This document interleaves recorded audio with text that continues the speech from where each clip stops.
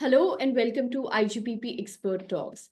I'm Heena Goswami, editorial consultant with IGPP, Institute for Governance, Policies and Politics, New Delhi. Today, as the budget 2025 gets released, to discuss the exciting announcements and know how it would impact the economy, we are joined by a prominent personality, Mr. Gopal Krishna Agarwal.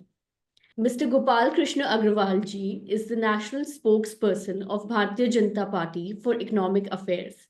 He is a fellow member of the Institute for Chartered Accountants of India. He is an economist and writes extensively for newspaper and financial journals. He is also a trustee and a treasurer of the India Policy Foundation and Dr. Mukherjee Smriti Nyas. Welcome to IGPP Expert Talk, sir. Thank you very much, Hinaji. I would like to wish your audience a very happy this current year. Thank you so much, sir. So the budget had just got released today. What are your initial thoughts on it? Actually, we should look into the budget as at a 360-degree angle. It's a very wide budget, and you cannot look only on the issue of taxation alone. Because yesterday, when the Prime Minister in his opening remark at the Parliament session said that this budget current year will be for the common man and will lay the foundation for the Viksit Bharat that we all are targeting in 2047. So it's a very visionary budget. It very clearly outlines three important aspects from this budget. Apart from the benefit that the middle class on the direct tax area that they are getting, that up to 12 lakh, they don't have to pay any tax annually. And if you are a salaried income person, then you get an exemption of nil income till 12 lakh 75,000 crores. So middle class gets a huge benefit out of this budget. But apart from that, taxation, simplification, and other issue, the important is that the focus of this budget has four important pillars. That is, in every schemes or every announcement or any part of provision of this budget, you will find that it caters to four category of individual. That is farmers, women, youth, and the poor sections of the society. So if you analyze every provision, if you go into detail, you will find that these four sections of the society get a huge benefit out of it. The second important is that budget is also about growth in the economy. There has to be catalyzing some areas which will become engine of growth. Because if you cannot just look into benefit of certain sections of the society, these four sections, unless you create economy, growth, resources, etc., and catalyze certain areas of as a growth engine. So this budget also identifies four growth engines which will propel our economy to a making it an economic power, superpower, and create Viksit Bharat for the target that we all want to achieve. They are engines of growth. Very important engines of growth are the following four important engines are there. Agriculture, which is the mainframe of our economy. Agriculture sector. Second is the biggest contributor to the economic of the country is MSME sector. So MSME is second growth engine which is being supported in this budget. And the third is all this will require investment, and investment into three areas. You see the vision of this budget that it is talking about investment into three areas: people, then economy, and then innovation. So, and the fourth engine of growth is export. So export, innovation, export, investment, MSME, and agriculture. These four engines have been identified as growth engines for the economy, and six domain areas have been identified which will specifically require reforms where the government is focusing on reforms. They are taxation, huge reform, because economy cannot progress unless there are reforms in the economic sector. Challenges, how the government is meeting them. So 6 domain areas have been identified for reforms. They are taxation, urban development, ease of living is very important. Urban infrastructure is very important. Tier 2 cities are very important.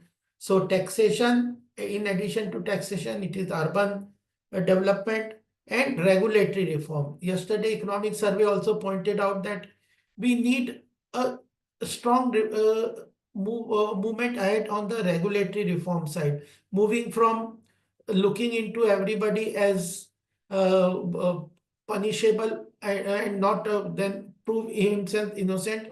Instead, the government want to change from everybody, considering everybody as innocent unless proved guilty.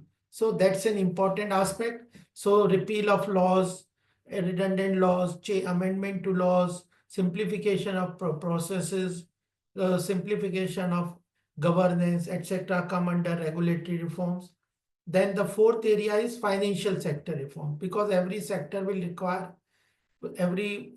will require financing from the government, from the banking sector, financial institutions.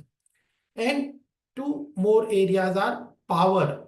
Unless power, we have strongly availability of power, and we have a very good mining resources. So 6 specific reforms areas have been identified as a domain where government will focus for reforms. They are taxation, urban development, regulatory reforms, financial sector, power, and mining.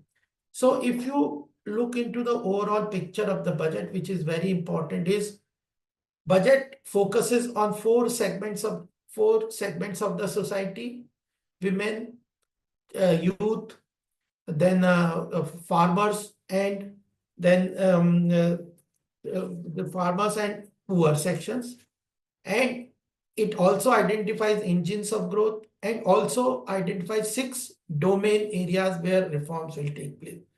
And surely with the combination of these two, from energy available to financial reforms to regulatory reforms to taxation reforms, Indian economy is poised to grow at a very fast pace. And this budget is laying the foundation for the growth of the economy. So let's come to the first focus of reform, that is taxation sector. And this announcement has young professionals and middle class very excited that according to the new income slabs, people who earn up to 12 lakhs will be exempted from income tax. How do you view this bold move? This is a very important, because you see in the last 4 or 5 years, almost 25 crore people have been pulled out of poverty. They form the neo middle class. In India's neo middle class is growing at a very fast pace.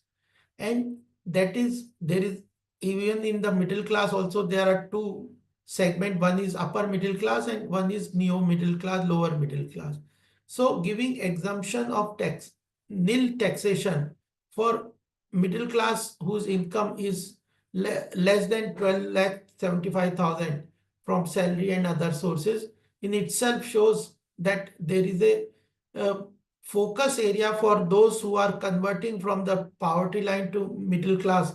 They are not taxed.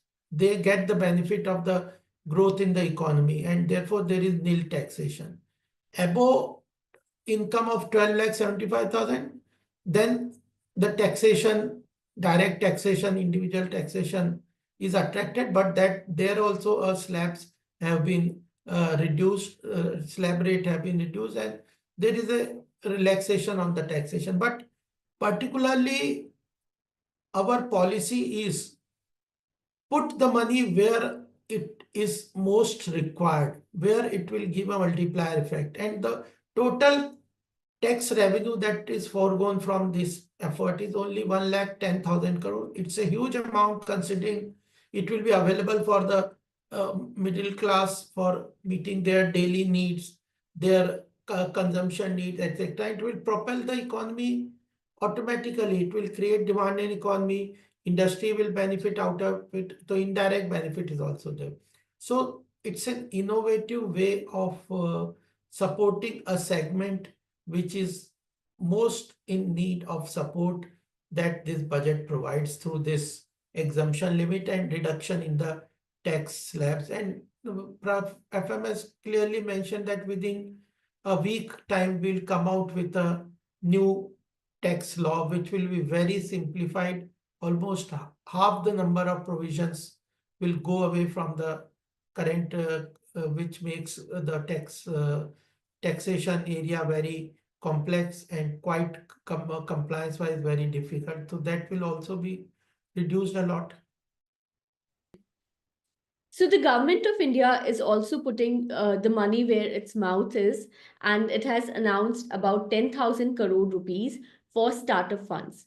How important do you think this move is for our economy?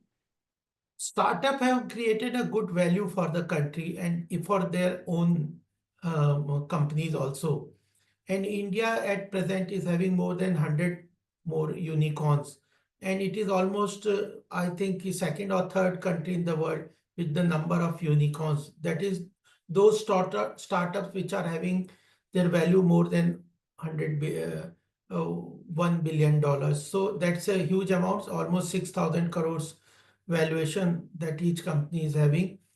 And India, in a short span, has created such a good ecosystem that is in finance, fintech area, then in space technology also, and even social welfare, digital public infrastructure that India is creating is exemplary.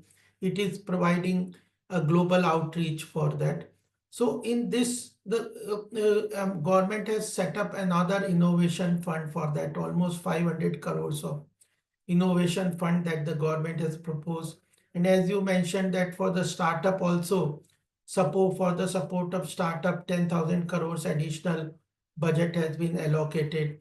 Then 5 IITs are being supported for this, and for specifically AI technology also this 500 crores fund has been allocated. I think government focus on skilling, and as I said that the focus of the government is on investment into in innovation and skilling of the people. So their skilling, there's social security, all these aspects are taken care of in this budget. There the centers of excellence are being developed, skilling is there, and government is providing fund for the new education policy, which will be implemented. In the last budget, government announced about 1 lakh scholarship for internship with the corporate sector. And ultimately, if the economy grows, MSME grows, agriculture sector grows, all these are said to be labor intensive industries where new employment will be generated. So the education and health is a priority. On the health side, better life, to provide better life to the citizen. Also, several provisions have been made. Almost 36 life-saving drugs have been exempted from duty, and on other cancer drugs, etc., there is low duty, custom duty of only 5% is being levied. So health tourism finds another important area of support from the government. Even on the tourism sector, skilling for the creation of seeing the potential of employment generation, skilling in the tourism sector, and support to the tourism sector by identifying almost 50 centers which can attract tourists from across the globe have been identified. So it is not that when I talk about that certain provisions are there for one industry, it will almost all inherent in it that it will help in employment generation. It will help the poor section. It will help the women entrepreneurs. That is important thing the government didn't set up that the what is the clear vision for the government for to Viksit Bharat. That vision is also clarified in this budget when it says that we want 100% skilled labor. We want 70% of women participation in the economic activity. So human capital, people, their health, their education, their social security, their skilling, their ease of living, their taxation, all aspects are taken care. And I think by 2047, our most of the young people today will in the age group of working population, and they will benefit from most from the, and they will ultimately reap the benefit of the economic growth of the country, and they will live to see the Viksit Bharat outcomes in their life.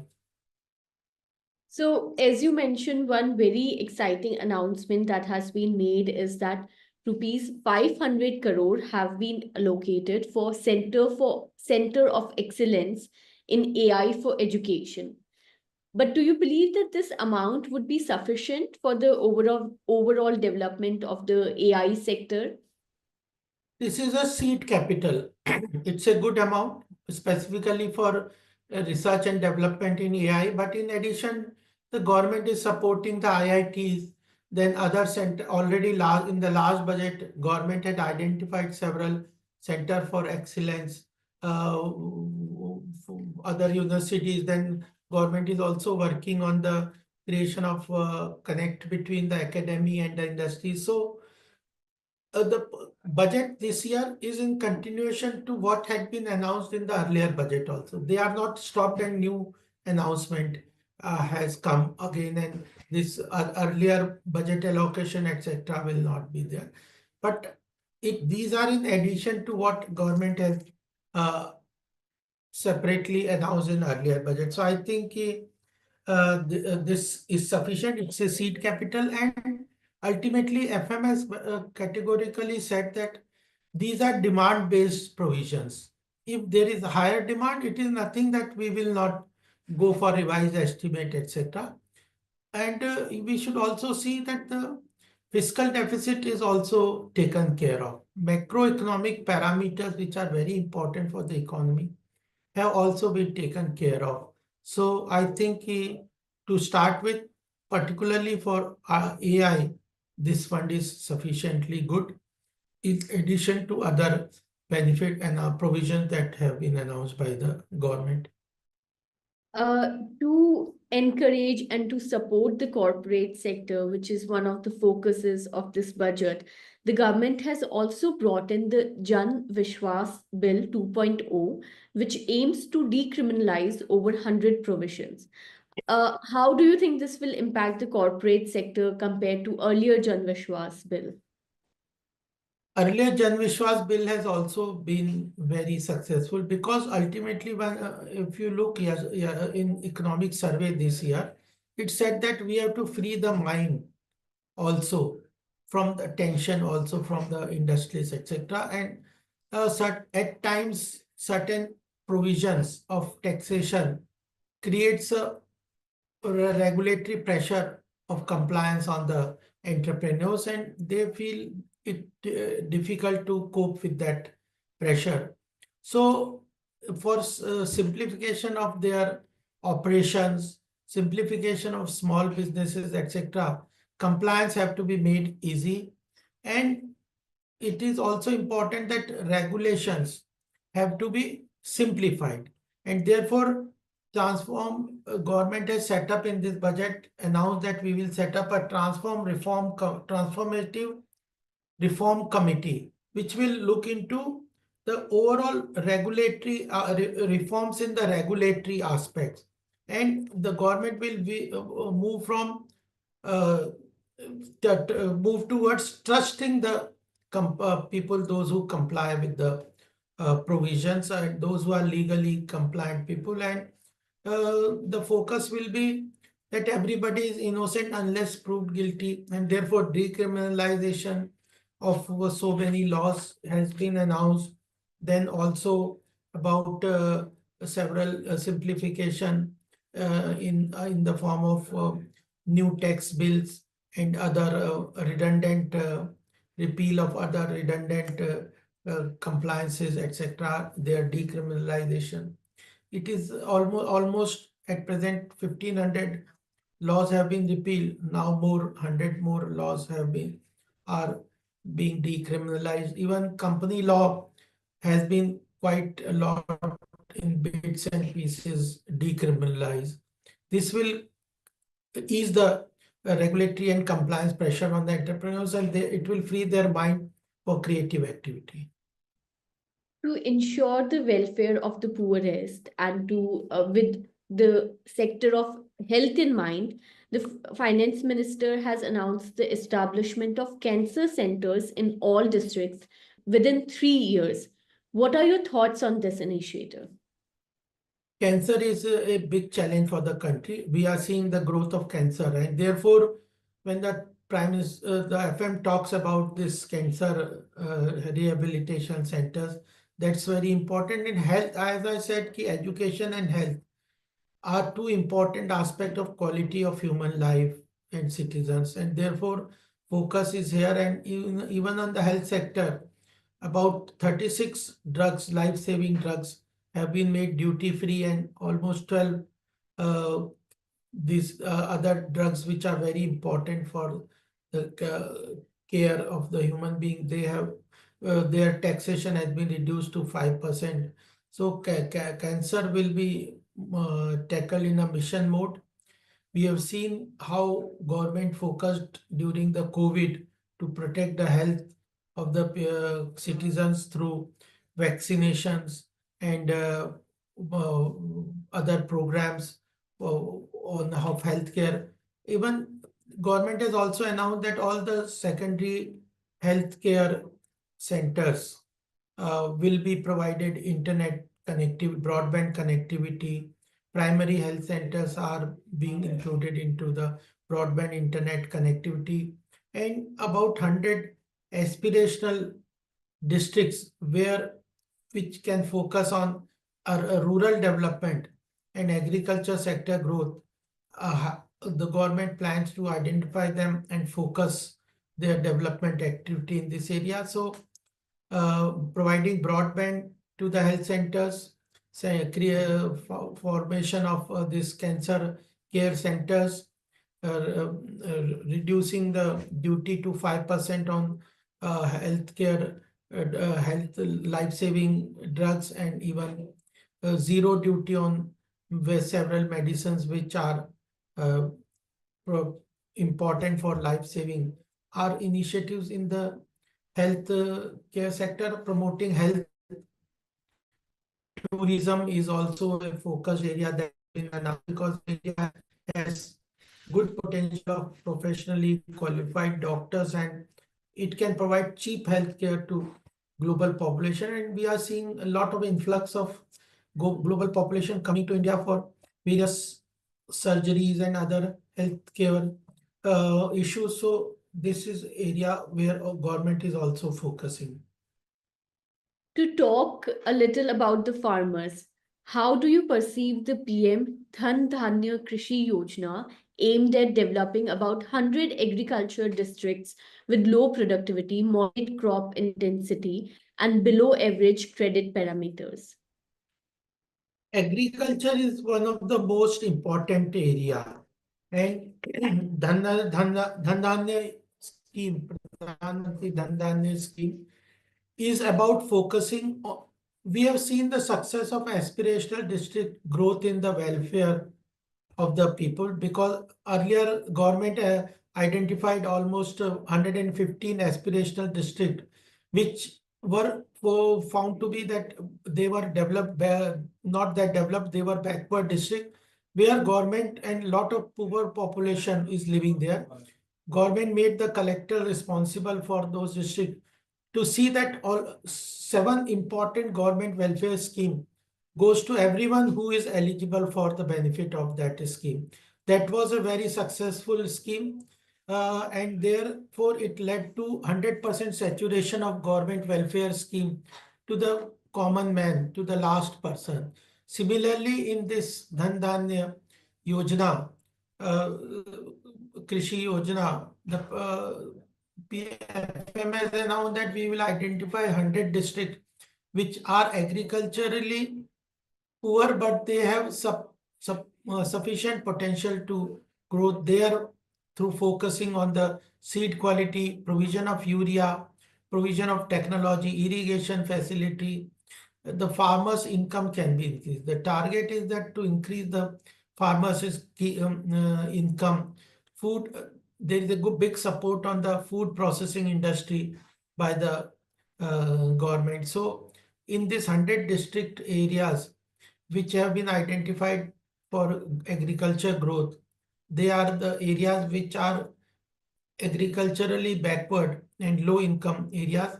So government focus on provision of seed, irrigation facility, technology, and support through cooperatives and FPOs for food processing industries, etc. will surely see a big rise in income of this area. So it's a very important, and almost 57% of our population is dependent on rural agriculture areas. And therefore, if that population grows and participate more in the economy, surely our economy will move at a very fast pace. To support farmers, Finance Minister Nirmala Sitharaman has also increased the Kisan credit card loan limit from 3 lakh to 5 lakhs. But given that 7.75 crore Kisan credit card account have a total outstanding loan of 9.81 lakh crore as of March 2024, how will this help farmers amidst rising cost and demands for minimum support price?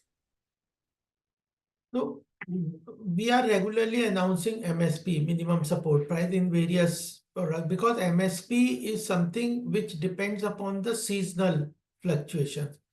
Suppose what is the cost in the market, they all have to be considered. What is the cost of production? What is the situation of rainfall and other things, urea, other cost, input cost, etc.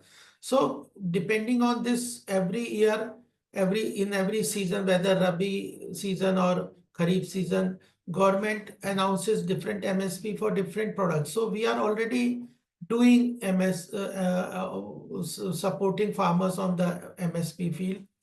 The government announces that MSP price for particularly whether wheat, rice, and other items, and then it is the responsibility of the state government to procure on that prices. So I don't think this this anything there is gap between the government is not announcing MSP. We are very much caring about the farmers' position, their income levels, their other hardships, etc. And therefore, interest subversion is given. Cooperative sectors, there are multiple reforms. Then farmer producer organizations have also been receiving several subsidies from almost 40 lakh rupees subsidies given to farmer producer organization. So FPO, cooperative sector, then now aspirational 100 district for agriculture growth, MSP support, urea prices, or 3 more units of urea producing units in Northeast have been restarted. So government is looking on every aspect of agriculture growth, and we understand that farmers are the core of India's population. Bihar has also received significant allocations in the Union Budget 2025, including the Makhana Board and Greenfield airports.